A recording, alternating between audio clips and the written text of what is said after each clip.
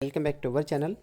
आज के वीडियो का हमारा जो टॉपिक रहेगा उसमें हम थोड़ा सा हटकर बात करेंगे। जो हमारे रूटीन वीडियोस होते हैं जैसे कि जॉब्स से रिलेटेड होते हैं या गवर्नमेंट के जो स्कीम्स होती हैं उनसे रिलेटेड होते हैं, लेकिन आज के वीडियो में हम फॉर्म 134 ए के बारे में हम बात करेंगे।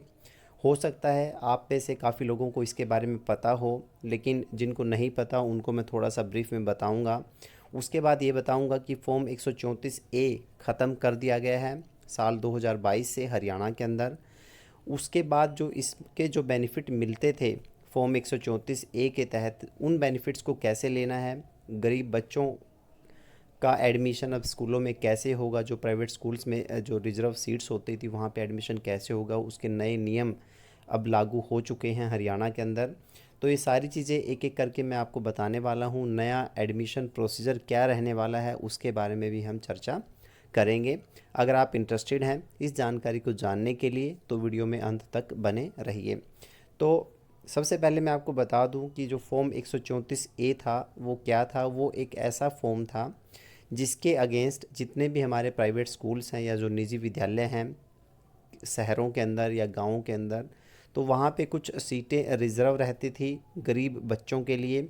जो बच्चे फॉर्म 134 ए को फिल करते थे उसके बाद उनका रिटन एग्ज़ाम होता था। उस रिटन एग्ज़ाम में जो बच्चे मेरिट लिस्ट में आते थे तो उन बच्चों को वहाँ पे निजी स्कूलों में एडमिशन मिल जाता था और वहाँ पे उनको कोई भी फ़ीस या बहुत नेग्लिजिबल फ़ीस पे करनी पड़ती थी। लेकिन अब इसको जो है समाप्त कर दिया है हरियाणा सरकार ने और इसके नए नियम आ चुके हैं। फॉर्म 134 ए को ख़त्म कर दिया गया है और नए नियमों के तहत अब एडमिशन इस साल से जो है बच्चों के वो होने वाले हैं निजी विद्यालयों में, प्राइवेट स्कूल्स में। और जो बच्चे गरीब हैं या जो एससी एसटी इस तरह से जो अन्य पिछड़ा वर्ग के जो बच्चे हैं उनको कैसे एडमिशन मिलेगा, आइए देख लेते हैं।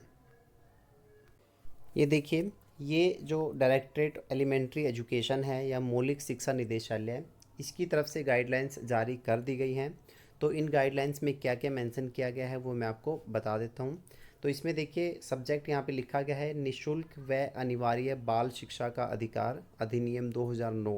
ठीक है, ये एक कानून बना हुआ है हरियाणा के अंदर जिसमें निशुल्क शिक्षा प्रोवाइड करवाई जाएगी और अनिवार्य बाल शिक्षा जो है वो प्रोवाइड करवाई जाएगी। किनको? जो बच्चे आर्थिक रूप से कमज़ोर हैं या जो अन्य पिछड़ा वर्गों से बिलोंग करते हैं। तो इसमें क्या क्या इन्होंने मेंशन किया है, इसमें मेंशन किया गया है कि जो फॉर्म 134 ए है उसको ख़त्म कर दिया गया है। उसके बाद 25% सीटें जो हैं वो आरक्षित रहेंगी हर एक निजी विद्यालय में या प्राइवेट स्कूल में। 25% जो है सीट्स हैं वो रिज़र्व रहेंगी ऐसे बच्चों के लिए जो आर्थिक रूप से कमज़ोर हैं या अन्य पिछड़ा वर्ग से जो बिलोंग करते हैं। तो उसका भी इन्होंने नीचे स्पेशल मेंशन किया है यहाँ पे, वो मैं आपको बता देता हूँ।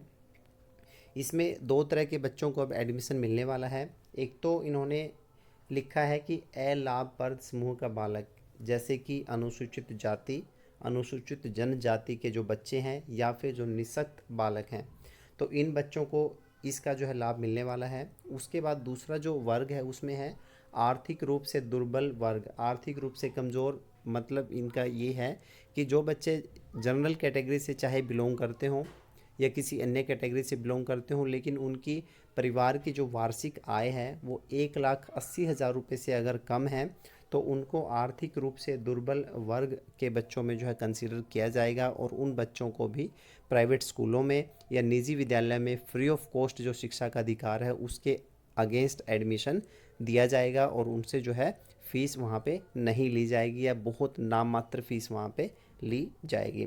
तो अब इसमें कैसे आप एडमिशन ले सकते हैं, कैसे आप या आपके आसपास के जो बच्चे हैं जो गरीब वर्ग के बच्चे हैं उनको आप एडमिशन दिला सकते हैं, तो उसको देखने वाली बात ये है कि इसके लिए जो आवेदन करने की प्रक्रिया है वो अब शुरू होने वाली है 16 अप्रैल 2022 से।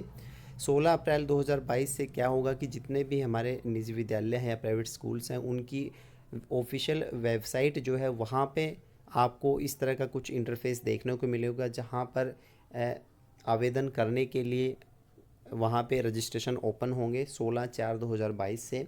आवेदन जमा करने की जो अंतिम तिथि है वो रहेगी 25 अप्रैल 2022।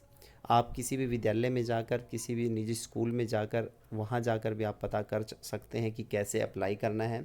उसके बाद लॉटरी के माध्यम से इन बच्चों को जो है वो एडमिशन मिलने वाला है। जिन बच्चों की लॉटरी, जैसे कि एक स्कूल के अंदर 25% सीट हैं तो 25 बच्चे ही वहाँ पे रखे जाएंगे। अगर 100 बच्चों की इनटेक है तो 25 बच्चों में सपोज अप्लाई कर दिया 100 बच्चों ने, तो जो 25 बच्चे लॉटरी के माध्यम से जिनका ड्रा निकाला जाएगा उन बच्चों को वहाँ पे एडमिशन मिल जाएगा। तो इसकी जो डेट रहने वाली है वो रहेगी 29 अप्रैल 2022। उसके बाद जो दाखिले की लास्ट डेट है वो रहेगी 5 मई 2022 रहने वाली है। उसके बाद बालकों द्वारा दाखिला न लेने पर आरक्षित रिक्त सीटों पर प्रतीक्षा, यानी कि अगर जिन बच्चों का एडमिशन सिलेक्शन हुआ है, लॉटरी में ड्रा निकला है, अगर वो एडमिशन नहीं लेते तो उसके बाद जो वेटिंग लिस्ट में बच्चे हैं वो बच्चे अप्लाई कर सकते हैं 10/5/2022 से लेकर 14/5/2022 तक। तो ये जो है समय सारिणी रहने वाली है।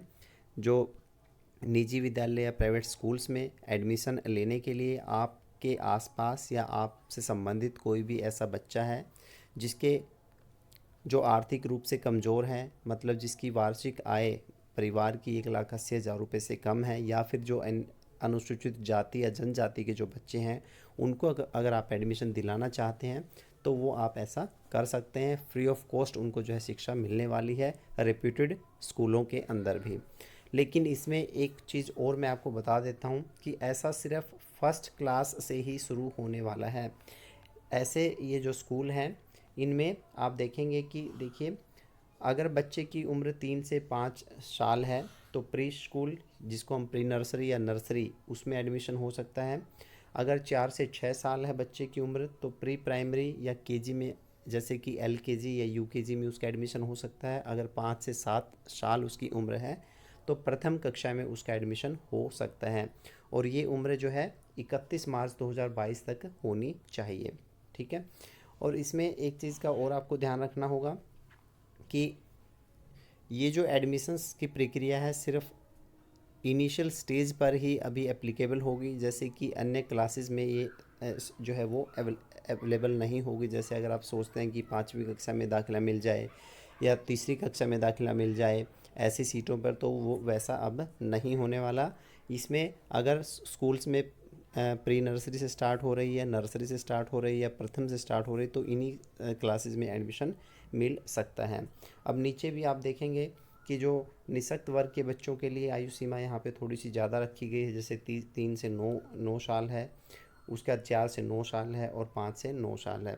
और एक और यहाँ पे क्लोज ऐड किया गया है कि जो जिस भी विद्यालय में आप दाखिला लेंगे तो उस विद्यालय की दूरी आपके घर से जो है 0 से 1 किलोमीटर की दूरी के अंदर अंदर वो होना चाहिए, तो ही आप वहाँ पे अप्लाई कर सकते हैं। और जो नियरेस्ट होगा जिसका एड्रेस, उसी बच्चे को वहाँ पे एडमिशन मिलने वाला है। तो ये बेसिक डिटेल्स थी फॉर्म 134A को ख़त्म करके जो नए नियम हरियाणा के अंदर लागू किए गए हैं उसके बारे में। होप आपको ये सब समझ आ गया होगा। फिर भी आपका कोई क्वेश्चन है, कोई क्वेरी है तो कमेंट सेक्शन में कमेंट करके आप पूछ सकते हैं, तो I will try to answer it definitely. तो आज के इस वीडियो में इतना ही। एक ऐसे ही नई वीडियो नए कंटेंट के साथ फिर मिलेंगे, तब तक के लिए बाय बाय। जय हिंद, जय भारत।